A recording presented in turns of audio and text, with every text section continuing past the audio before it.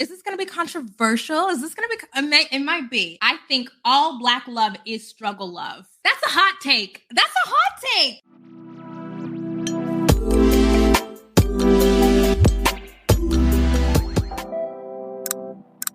Let's talk about this viral clip from Black Love that y'all are coming to a little bit late. Okay, so I watched Black Love, the show on OWN. I think that this is the final season of Black Love, and it's coming back on Saturday or Sunday. Honestly, if I had to distill Black Love down into like a couple of sentences, it's basically about all of the shit that heterosexual Black women endure in order to make their partnerships with men work. Now, they have integrated some gay couples. I appreciate that. Some same-sex couples. Love that. But the bulk of Black Love is basically Black women sitting, you know what I'm saying, and talking about how their partner was broke, cheater, had kids, controlling, neglectful, playing around, right? And then one day they had an epiphany and then decided to do right. That's basically what Black love is. I mean, that's most of the stories. Now, there are a couple of aberrations. So I remember Viola Davis and her husband were on there, and Viola Davis talked about being broke as a joke, as a struggling actor, having horrible credit. And, you know, she told her husband to be, dude, I'm fucked up out here. And he was like, it's fine. Love that for her. And now they have like this great business together and they're working together. And now she is an Oscar-winning actress. We love that. Generally, that is not what it is. This clip has got the internet going crazy because all we know how to talk about is relationships because we're all lonely and our souls are hurting. We were girlfriend, boyfriend, maybe about a year into your graduate school, I lost my job. I had always had jobs, internships and stuff, so I didn't never have to go without. And he's a provider. Like, that's just who he is by nature. He's a person who, if we go out for drinks, he's going to slap his card on the bar and pay for everyone's drinks. So to not be able to do that was taking a toll on him. It was messing me up. So I was like becoming a very angry, different person in that point in time. I'm running out of money. She wants to go on double date with one of her colleagues or one of her classmates. And I'm like, no, like, let's eat this Jimmy John's this weekend. Like, I'm just chilling. It's like, no, her boyfriend's coming to town. We're going out. And if you ever met this one before, she can be very much decisive and you don't have much say in it. So we go out. I'm just seeing them order up the menu. You know, we all just get a drink. I'll have the water, lemon, please. And I'm just like counting up. Cause I'm like, oh my God, what are we going to do when this bill comes? That's all I could think about the entire time. I look down. And I see that I had a text from her. It was like, yo, check your account. And I saw that she had quick paid me money to cover the meal so I could pull out my card as opposed to her, you know, pulling out hers. And I just like, that's crazy, bro. Like that right there, I said, when I get my life together, I'm marrying you. You don't have to think, I'm marrying you because you freaking get it, bro. You with me at what was the most humiliating moments of my life. Just like, she wouldn't let me lose hope. Okay. Here's my first question. You know your man is broke.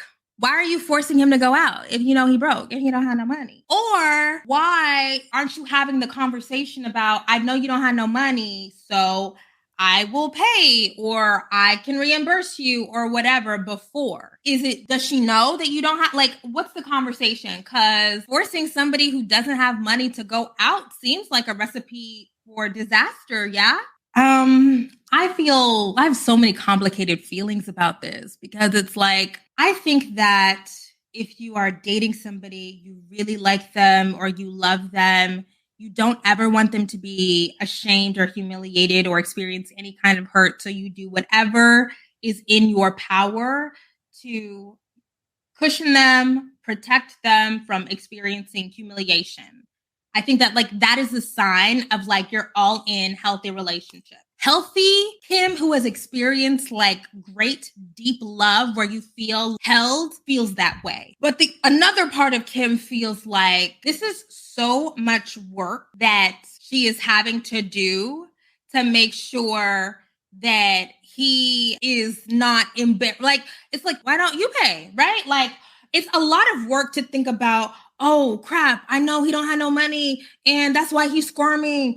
but he doesn't want to look like he doesn't have any money. So let me give him some money real quick so that he can pull out his card instead of I pulling out my card. So he's not going to be emasculated and embarrassed in front of his friends. But you know what? While we're talking about all of the emotional work and mental gymnastics that women are doing to protect the male ego, you know what the real part of this is? It's not just about his ego. It's not just about how he looks. As a woman who has been in a relationship with somebody who made less with me and pulled out my card many times, I also see in what's happening here her desiring to preserve a certain kind of narrative and a certain kind of image about the relationship that she has chosen to commit to. Because yes, men are judged via their inability to provide, to pay, but women are judged via their attachments to men who cannot provide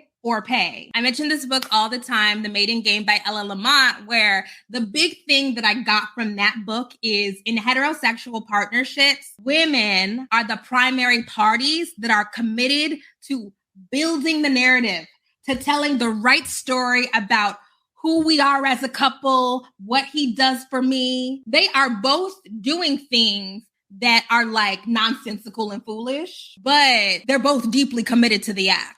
The Black Love Show is a great tool for why I completely divested from idealizing Black interracial dating marriage as inherently virtuous. You know what I'm going to say? Is this going to be controversial? Is this going to be, it might be. I think that, and I mean this as somebody who truly only dates Black men and was simping over a Black man this morning. I think all Black love is struggle love. That's a hot take. That's a hot take. But this is what I mean. I think that in ideal conditions, love and partnership are difficult. You're trying to navigate each other's traumas. You have your own feelings, these own scripts that are running through your head. It's very disorienting to be in love. You're like, you feel like you're outside of your body. You're floating. What am I doing? Is this me?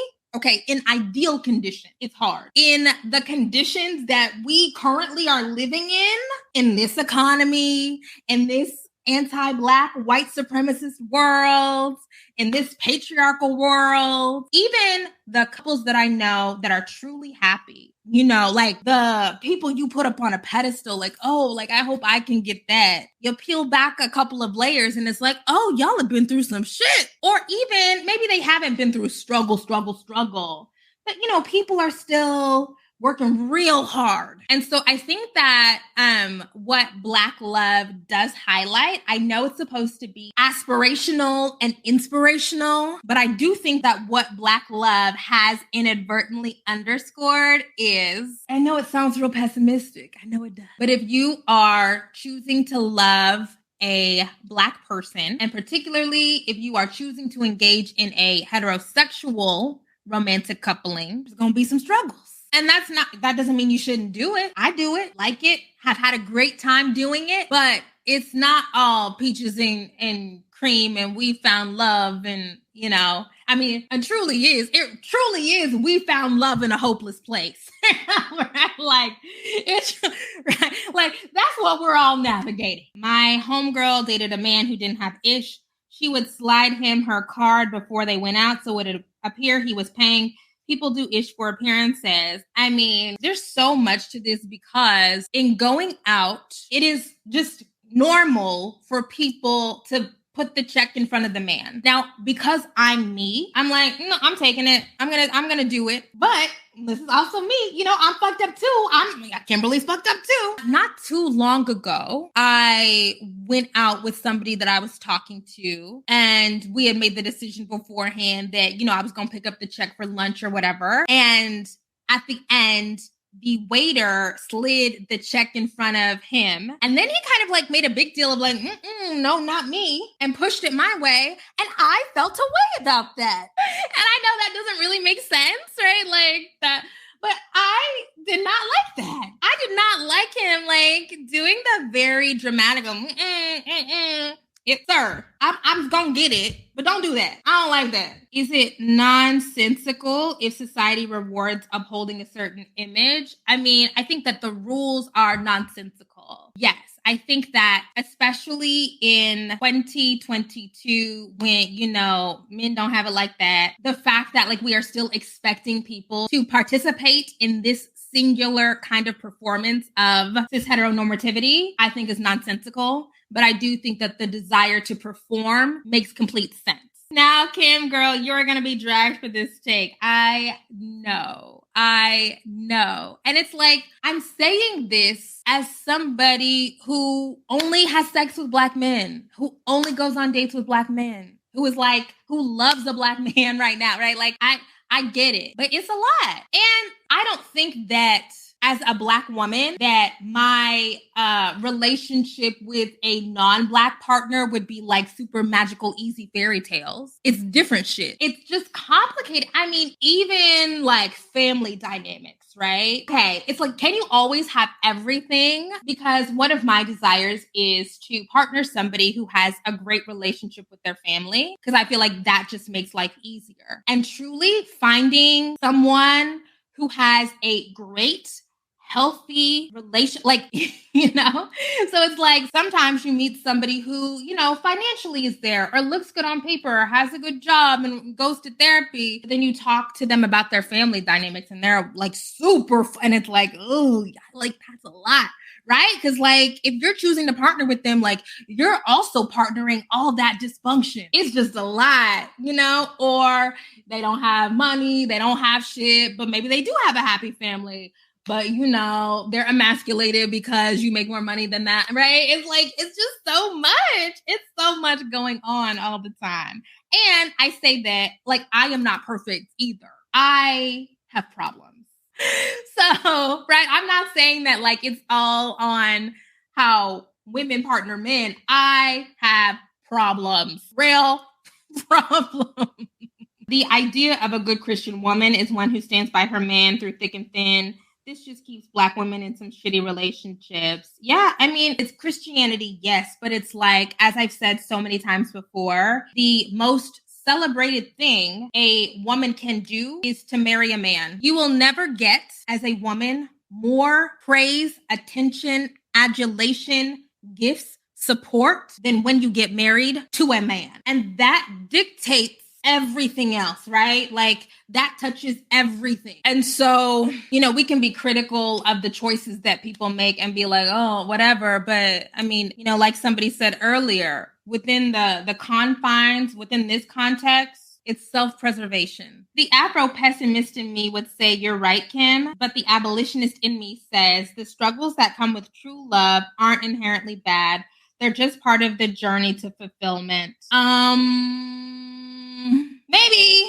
Maybe. I mean, people say that the problem with our generation, the problem with, the millennials like me and younger is we want to avoid all struggles, that we are trying to do our best to not encounter any hardship, any conflict, any difficulty, any struggles, right? Like in our desire to not be our parents, to not be our foremothers who felt like struggle was their birthright, that maybe we've gone all the way to the other end of the spectrum in a manner that is not healthy, that maybe only leads to alienation. Now, this is a deep, kind of philosophical conversation, but I'm actually open to having that discussion too. Because certainly I have experienced things where I've read, the Sarah Ahmed book, Conflict is Not Abuse. So like, I think conflict is cool and fine and normal. But there have definitely been times where I'm like, oh, this is inconvenient. I'm not doing that. Oh, red flag. I'm not dealing with that. Oh, no, don't ask me for nothing because I don't want to.